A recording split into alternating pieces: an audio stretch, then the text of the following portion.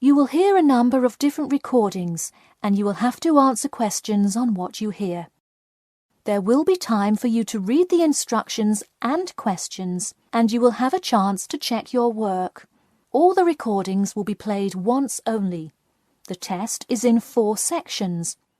At the end of the test, you will be given 10 minutes to transfer your answers to an answer sheet. Now turn to Section 1. Section 1. You will hear a conversation between Peter and Jim talking about some details for their shared accommodation. First, you have some time to look at questions 1 to 4.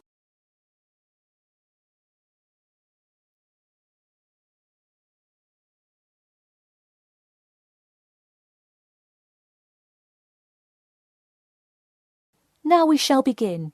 You should answer the questions as you listen, because you will not hear the recording a second time. Listen carefully and answer questions 1 to 4. Hey Jim, it's Peter. Oh hey Peter, what's up? I thought I'd call so we could hammer out the details for next year's lease. That's a good idea. Did we ever decide on how to split the total rent? Well, I was thinking since my room is bigger, I probably should pay a little more. So I could pay £110 and you could pay £80. Does that sound okay? Considering that my old apartment cost me £100 for a smaller room, I'm definitely all right with that. Hey, I was looking at a map of the area and can't seem to find a bus stop near it. Do you know where we would catch the bus? Well, the bus is actually pretty far from us, but we have that garage that we can park our cars in. Wow, that's great. Convenient parking is hard to find, so we're lucky we have that. Okay, so we have a whole lot of things we'll need to buy when we move in. How do you want to split that up?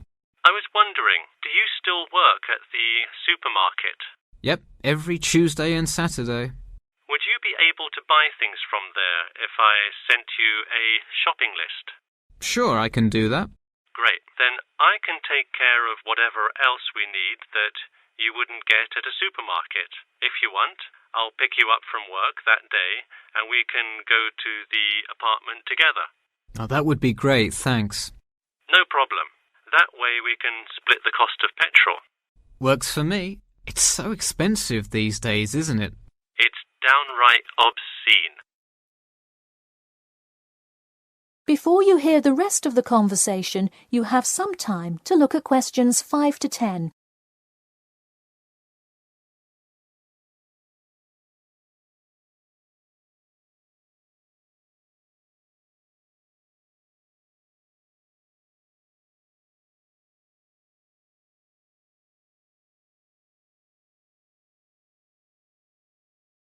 Now listen and answer questions 5 to 10.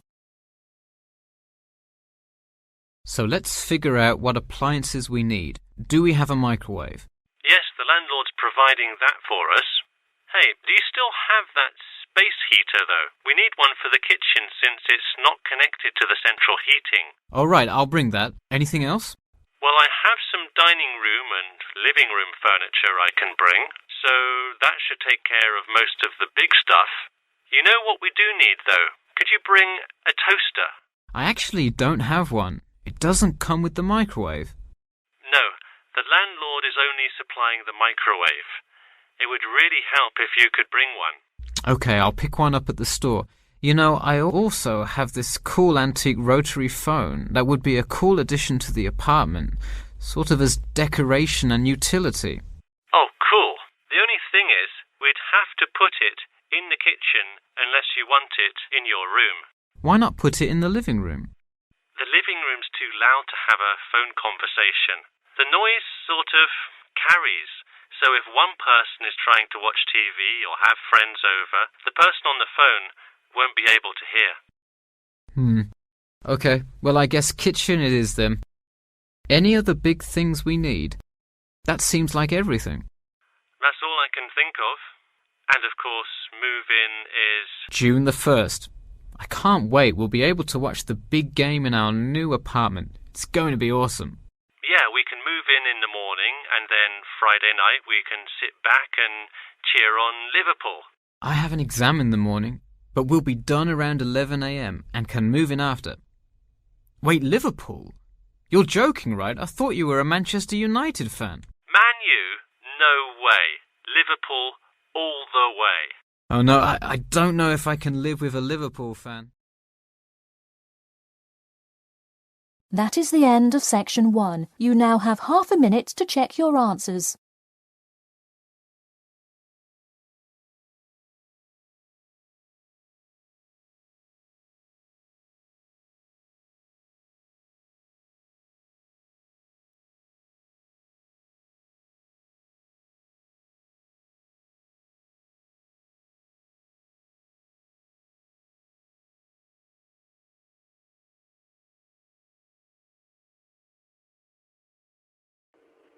Now turn to section 2. Section 2.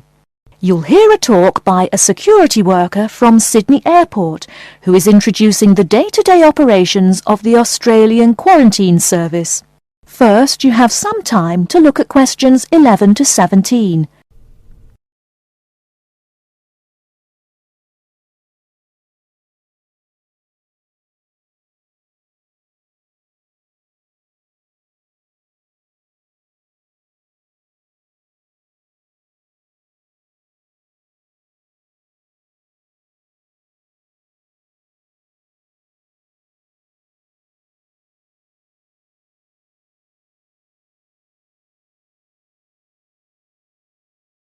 Now, listen carefully and answer questions 11 to 17. Hi everyone and welcome to Sydney Airport. Today I'll be giving you the inside information on the day-to-day operations of the Australian Quarantine Service here. We hope to provide you with a better understanding of why such heavy security regulations are necessary by educating you on how we operate and why we do the things we do. We're not here to try to persuade you to fly through Sydney Airport, though we hope you'll find your experience relatively stress-free and comfortable. First things first, our personnel. Can anyone guess how many people work at Sydney Airport? We have 200 alone working in Terminal 2, so can you guess how many in the whole airport? I heard someone say 360. That's getting closer. What? Did someone say 2,000? That's way too high. Sydney Airport actually employs 440 people. A lot, right? And about half of those employees work in security-related matters. Moving on to our not-so-human employees, let's come and see our favourite pooch, Milton. Milton is our best drug-sniffing dog on the force. He's friendly to most people. You can even come pet him at the end of our tour. Burnouts, beware though. He'll find everything. Notice that even though there are so many of us around him, Milton stays quite calm. This is the precise reason he was chosen for the job. Dogs that are chosen are not predisposed to sniff out different narcotics. That's something we teach them already. So here's a part of the airport most people never notice, the cargo transport terminal. This is where packages are shipped to and from. Normally we ship around 4,400 packages per month.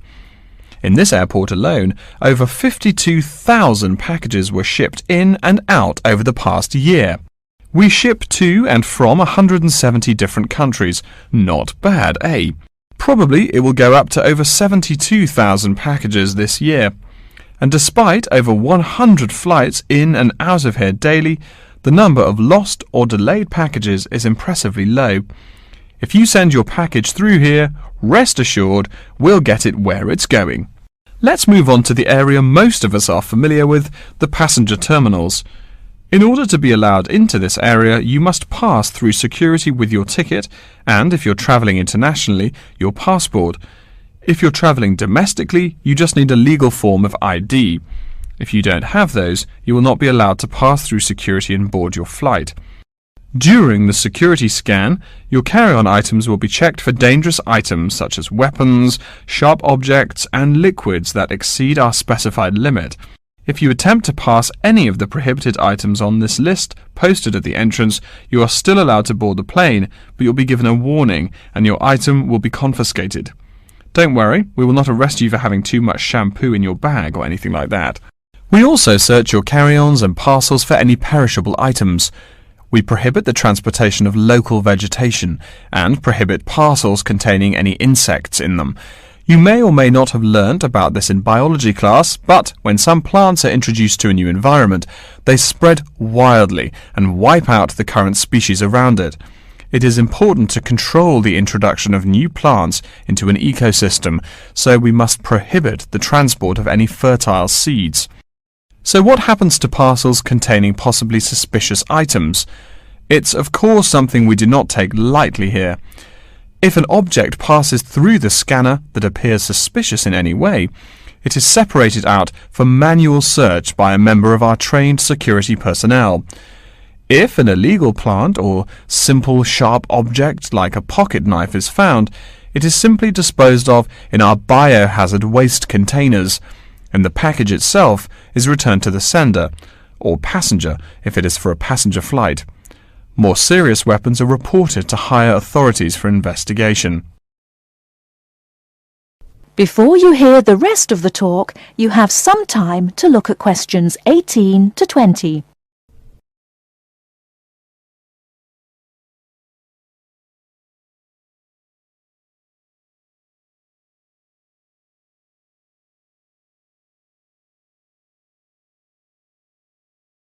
Now listen and answer questions 18 to 20. As far as parcel security, the material of the parcel is important.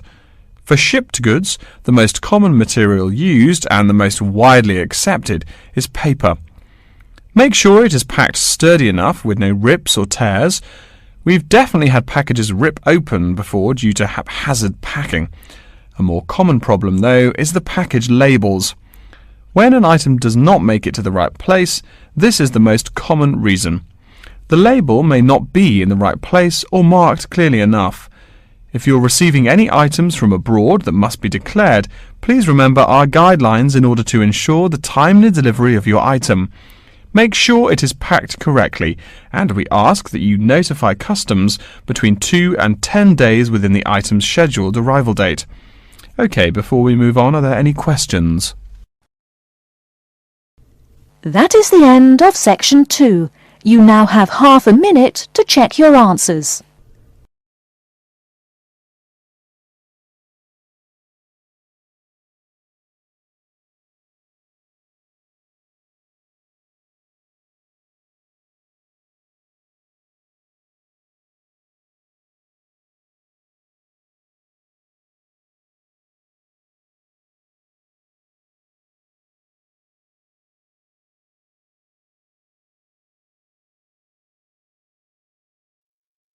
Now turn to section 3.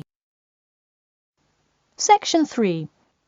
You will hear a student called Margaret Parkinson talking about the class she missed on Thursday with her professor. First, you have some time to look at questions 21 to 26.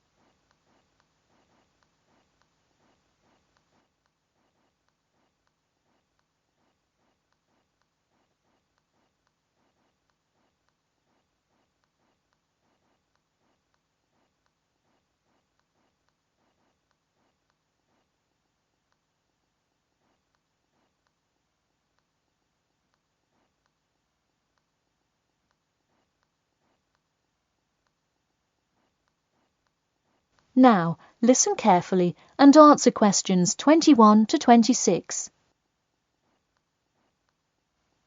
Hi, Professor Timmons. Do you have a few minutes? I was hoping to talk about what I missed on Thursday. Hello, come in. Sure, sit down.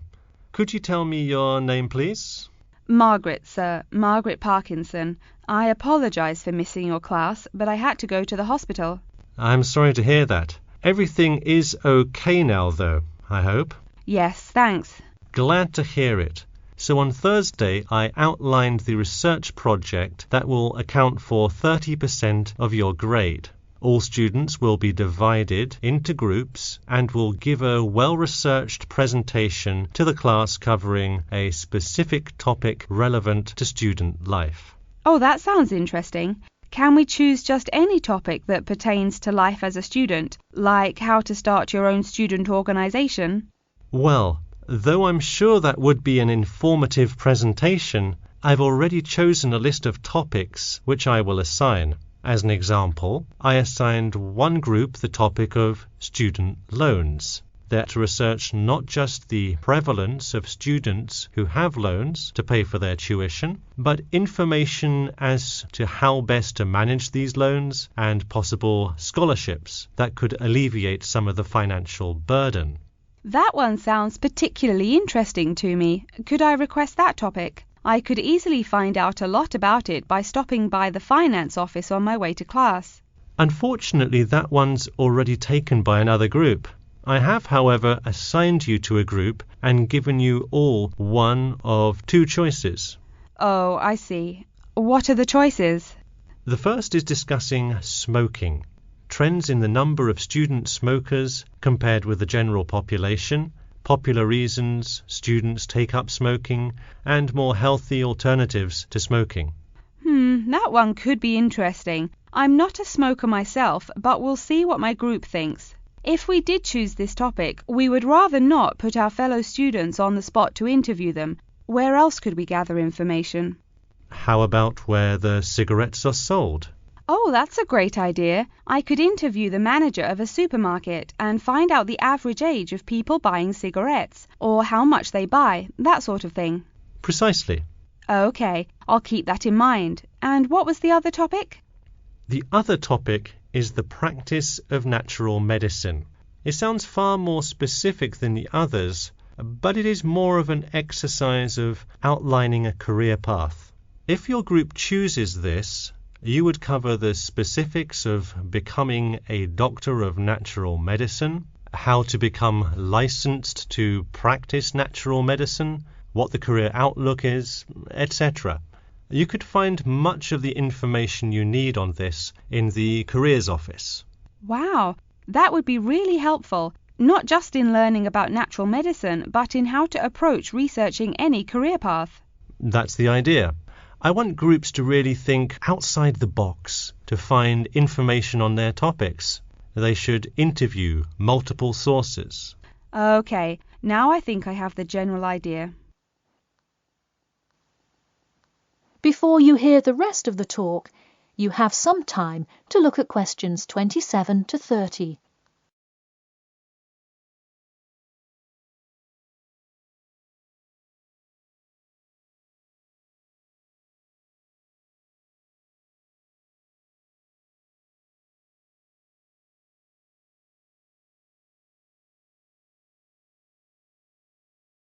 Now listen carefully and answer questions 27 to 30.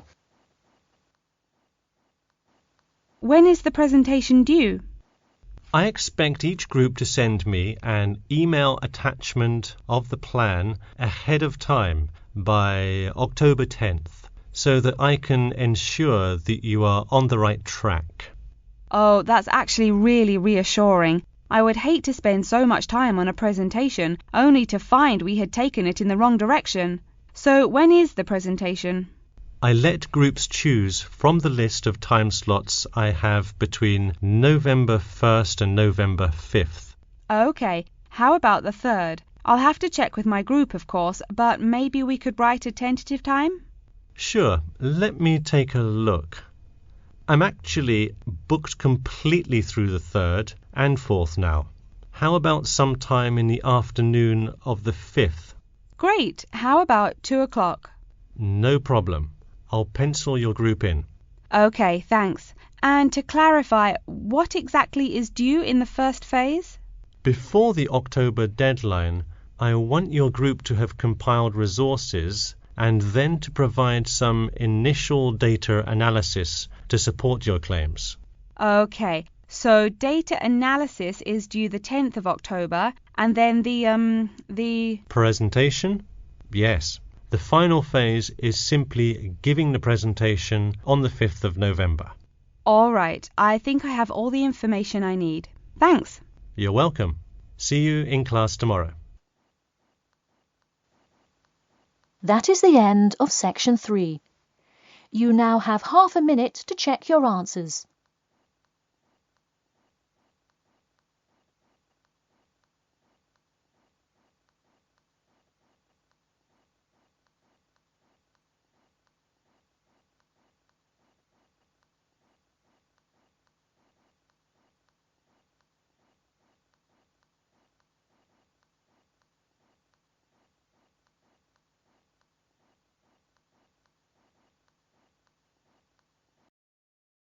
Now turn to Section 4. Section 4. You will hear a lecture about Crocodylus niloticus and its living habits. First, you have some time to look at questions 31 to 40.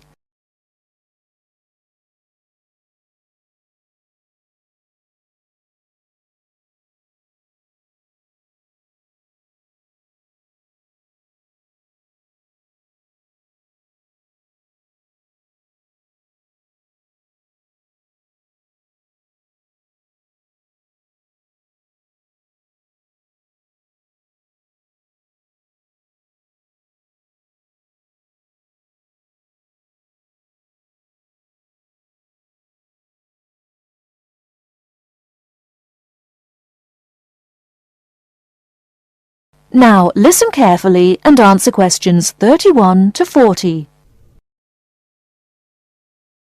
Good morning.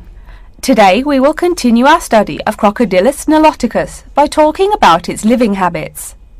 We've already discussed the evolutionary attributes that set it apart from its crocodile relatives. Does everyone remember that? Yes, it has an extremely narrow snout and 3 or 4 rows of protective scales on its back, as compared to 2 rows on other members of the Crocodylus genus. Let's take a look at how these carnivorous man-eaters live, where they live, and finally, whether they really deserve their vicious reputation. To start, I'd like to address a great question posed to me by a student during yesterday's office hours. We talked about the distribution of crocodiles in Africa and saw that they are highly concentrated in the south and west of the continent.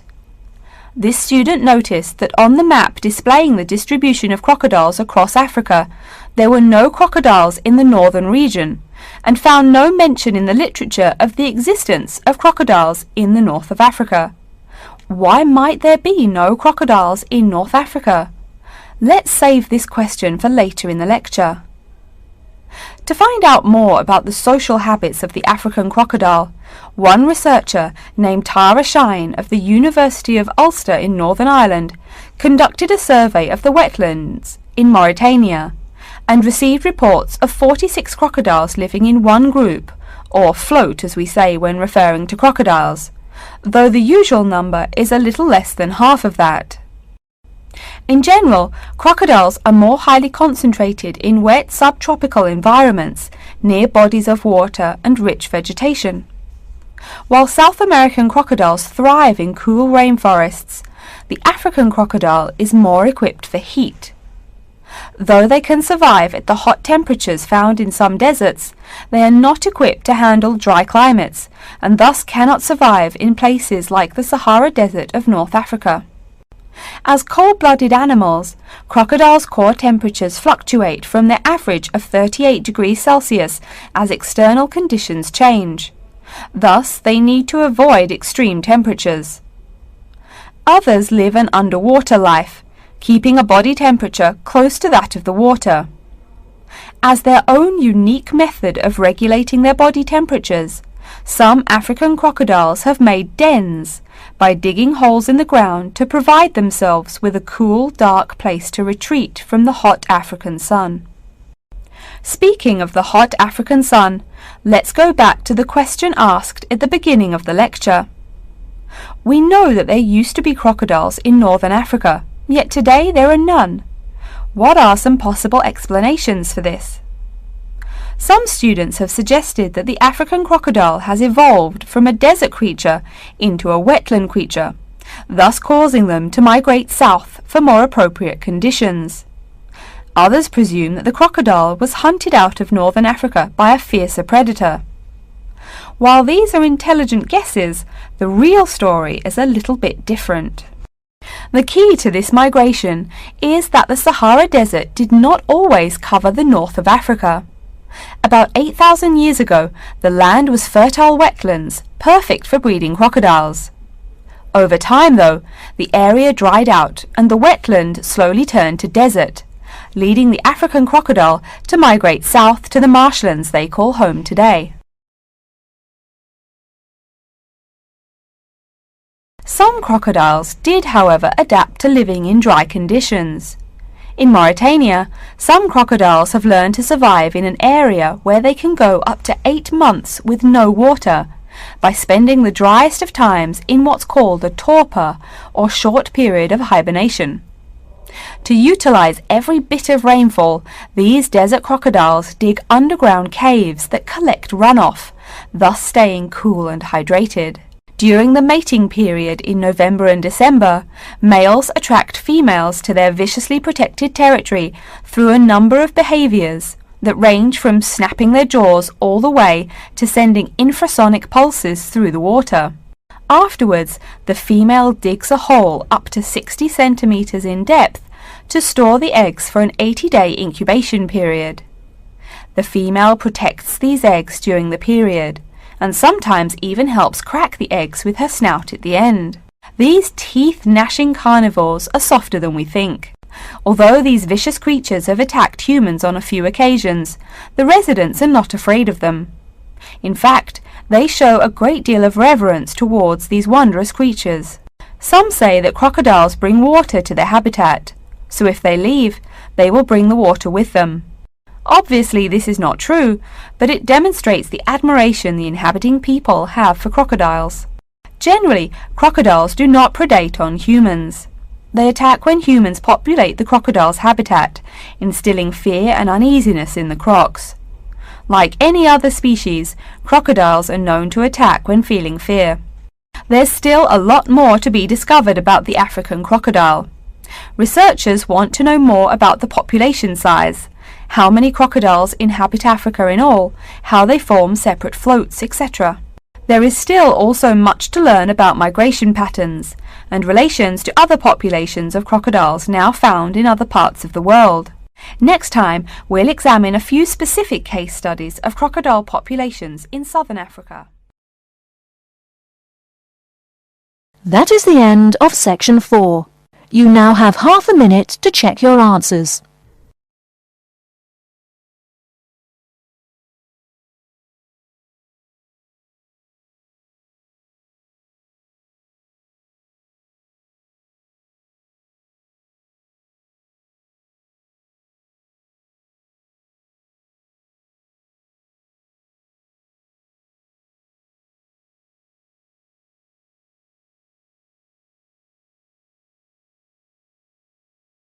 That is the end of the listening test. In the IELTS test, you will now have 10 minutes to transfer your answers to an answer sheet.